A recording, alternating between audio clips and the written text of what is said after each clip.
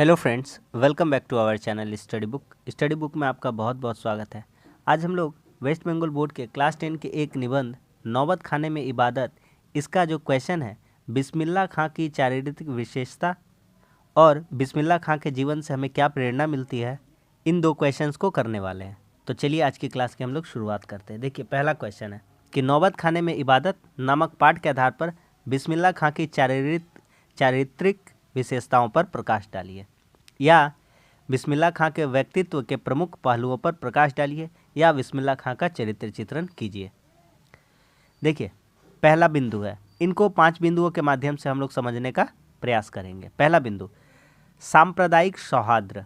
बिस्मिल्लाह खां की गंगा के प्रति अपार श्रद्धा, बाबा विश्वनाथ और बालाजी के मंदिर में शहनाई वादन के साथ ही मुहर्रम के मातमी जुलूस में नौहा बजाते हुए 8 किलोमीटर तक पैदल जाना उनके सांप्रदायिक सौहार्द की भावना को प्रकट करता है।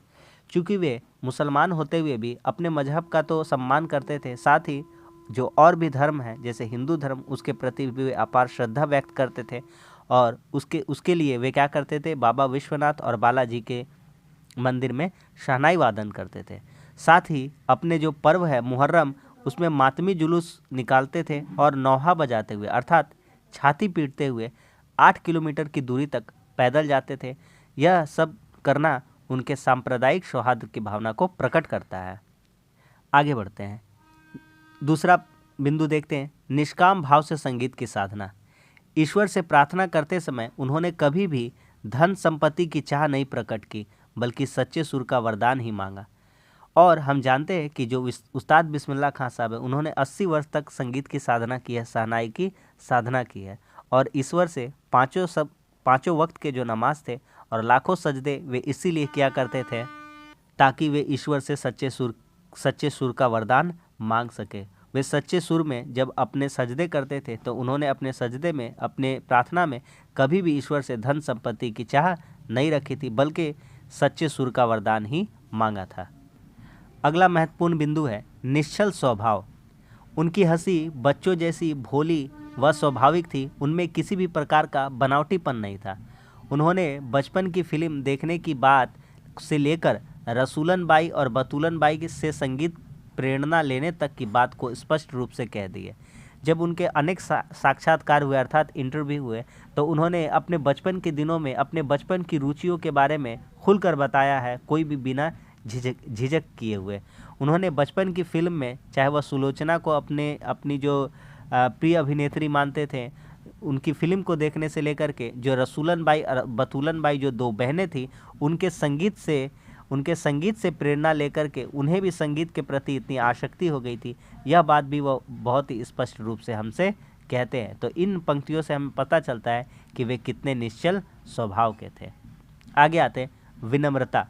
उनके व्यक्तित्व में विनम्रता कूट कूट कर भरी हुई थी।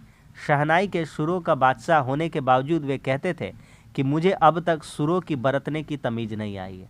इनका विनम्र स्वभाव हमें यही देखने को इन पंक्तियों में मिल जाता है कि वे तो शहनाई के सुरों के बादशाह बन गए थे, लेकिन शहनाई के सुरों के बादशाह होने के बावजूद वे यही कहा करते थे कि मुझे तो अब तक सुरों को बरतने की तमीज नहीं आई है। वे सदैव इस बात पर अफसोस प्रकट करते थे कि गायक लोग संगतियों का आदर नहीं करते हैं। आगे आते हैं अंतिम बिंदु को देखते हैं, सादगी भरा जीवन। बिस्मिल्लाह खां का जीवन सादगी से परिपूर्ण था। वे देश के सर्वोच्च सम्मान भारत रत्न से नवाजित है। उन्हें भारत के सर्वोच्च सम्मान भारत रत्न से नवाजा गया था, पर भारत रत्न मिलने के बाद भी वे फटी लुंगी पहनने में संकोच नहीं करते थे और किसी भी प्रकार के दिखावे का पहनावा वह नहीं करते थे। जो उन्होंने सादगी भरा जीवन जिया है, बस उसी हाल में वह खुश रहते थे और जीते थे। तो इन बिंदुओं के माध्यम से हम उनके सादगी भरा जीवन को देखने को मिलता है। तो चलिए एक बार हम फिर से आपको समझा देते हैं। पहला बिंदु है सांप्रदायिक सौहार्द। बिस्मिल्लाह खां की गंगा के प्रति अपार श्रद्धा, बाबा विश्वनाथ और बालाजी के मंदिर में शहनाई वादन के साथ मुहर्रम के मातमी जुलूस में नौहा बजाते हुए 8 किलोमीटर दूरी तक पैदल जाना उनके सांप्रदायिक सौहार्द की भावना को प्रकट करता है। दूसरा बिंदु है निष्काम भाव से संगीत साधना। ईश्वर से प्रार्थना करते समय उन्होंने कभी भी धन संपत्ति की चाह प्रकट नहीं की। उन्होंने 80 वर्षों तक की साधना की है, शहनाई की साधना की है और ईश्वर से सच्चे सुर का वरदान ही मांगते थे। निश्चल स्वभाव, उनकी हंसी बच्चों जैसी भोली व स्वाभाविक थी।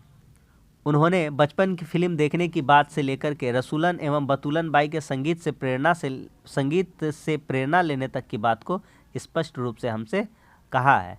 विनम्रता, उनके व्यक्तित्व में विनम्रता कूट कूट कर भरी हुई थी। शहनाई के सुरों का बादशाह होने के बावजूद वे कहते थे कि मुझे अब तक सुरों को बरतने की तमीज नहीं आई। वे सदैव इस बात पर अफसोस प्रकट करते थे कि गायक लोग संगीतियों का आदर नहीं करते। और अंतिम बिंदु है सादगी भरा जीवन। बिस्मिल्लाह खां का जीवन सादगी से परिपूर्ण था। भारत रत्न मिलने के बाद भी वे फटी लुंगी पहनने में संकोच नहीं करते थे। चलिए अब दूसरे प्रश्न को हम लोग देखते हैं। दूसरा प्रश्न है हमारा, बिस्मिल्लाह खां के जीवन से हमें क्या प्रेरणा मिलती है। तो इसको भी हम लोग जो बिंदु के माध्यम से समझने का प्रयास करते हैं। तो नौबत खाने में इबादत पाठ के आधार पर उस्ताद बिस्मिल्लाह खां के अनेक रूप में हमारे प्रेरणा स्रोत है। किस किस तरह हम लोग देखते हैं। 1 नंबर, श्रेष्ठता की ऊंचाई को छू लेने के बाद भी अपनी कला को विराम चिन्ह लगाना उचित नहीं है। इनके जीवन से हमें यह शिक्षा मिलती है कि आप जिस भी कला में माहिर हो, अगर आप श्रेष्ठ से श्रेष्ठ पद पर भी पहुंच जाए, अनेक ऊंचाइयों को छू ले, पर आप जिस कला से आपको ख्याति मिली है, आपको प्रसिद्धि मिली है, अपने उस कला को विराम चिन्ह नहीं लगाना चाहिए। अर्थात इनके जीवन में हम जो बिस्मिल्लाह खां साहब है, उनके जीवन से हमें यह प्रेरणा मिलती है कि इन्होंने जिस प्रकार श्रेष्ठता की ऊंचाई छुई थी, लेकिन छूने के बाद भी अपनी कला को विराम चिन्ह नहीं लगाया था और मरते दम तक 80 वर्षों तक लगातार उन्होंने संगीत की साधना की थी। हमें भी उसी प्रकार अपनी कला का सम्मान करना चाहिए और उसका निरंतर अभ्यास करना चाहिए। दूसरा बिंदु है, अपनी कला में निरंतर निखार लाने के लिए और के लिए प्रयास करते रहना चाहिए। हम जितना सीख गए उतना काफ़ी नहीं होता है, सीखने के लिए तो यह पूरा ब्रह्मांड है। इसीलिए हम जिस भी कला में, जिस भी क्षेत्र में है, उसमें हमें निरंतर सीखते रहना चाहिए और निरंतर प्रयासरत रहना चाहिए। इन्हीं पंक्तियों में, इन 2 नंबर के बिंदु में हम नौबत खाने इबादत जो है बिस्मिल्लाह खां के जीवन से हमें यह प्रेरणा ले सकते हैं कि अपनी कला में निरंतर निखार लाने के लिए और के लिए प्रयास करते रहना चाहिए। धार्मिक सौहार्द्रता दूसरों के हृदय को छू लेने की प्रक्रिया है, अतः धार्मिक भेदभाव से बचे रहना चाहिए।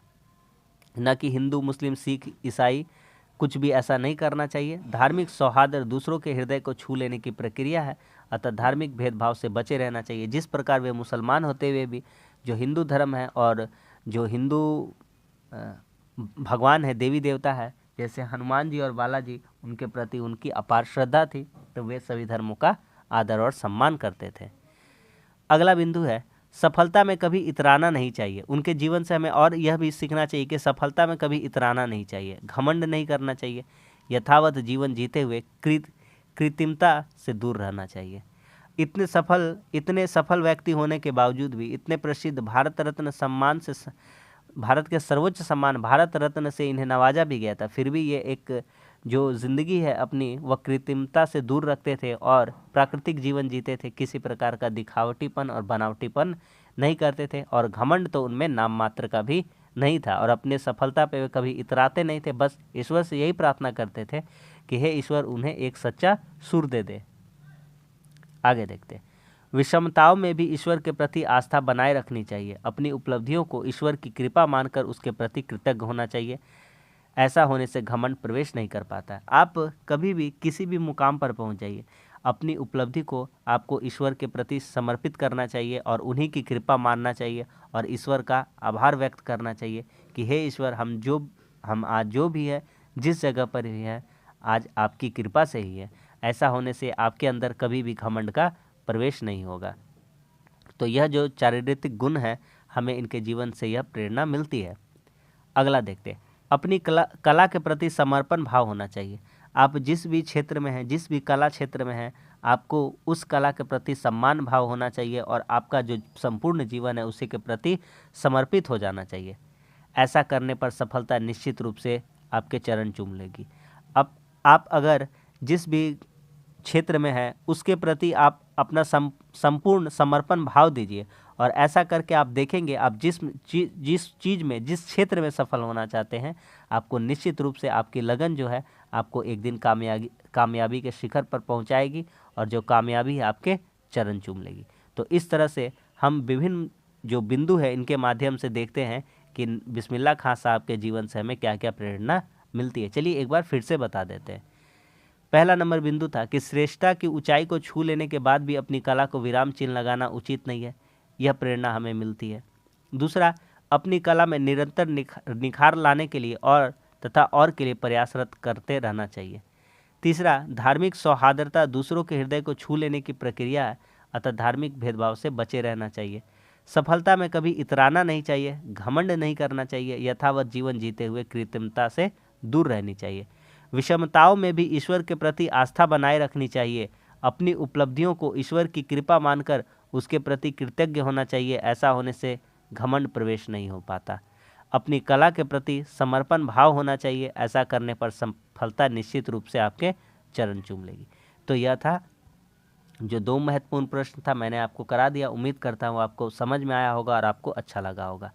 तो इस तरह के जो और भी क्वेश्चन आपके एग्ज़ाम में पूछे जाएंगे बोर्ड के और सेंटअप के दोनों में, तो मैं आपको करा दूंगा। बस आप क्लासेस को देखते चलिए और 1 से 2 बार आप सुन लीजिएगा, तो आपको क्लास में ही बहुत सारी क्वेश्चन आंसर याद हो जाएंगे। इसका मैंने सारांश भी करा दिया, व्याख्या भी पंक्तियों के माध्यम से पूरा किताब में लाइन टू लाइन आपको पढ़ा दिया है। आप वहाँ से देखिए, जितने भी क्वेश्चन हैं, शॉर्ट क्वेश्चन से लेकर लॉन्ग क्वेश्चन, एक भी क्वेश्चन आपका एग्जाम में नहीं छूटेगा, हम आपसे वादा करते हैं। तो चलिए, वीडियो अच्छा लगा तो लाइक कर दीजिए, दोस्तों में शेयर कर दीजिए। हमारे चैनल पर नहीं तो हमारे चैनल को आप सब्सक्राइब कर दीजिए। मिलते हैं अब अगले क्लास में, तब तक के लिए धन्यवाद। जय हिंद।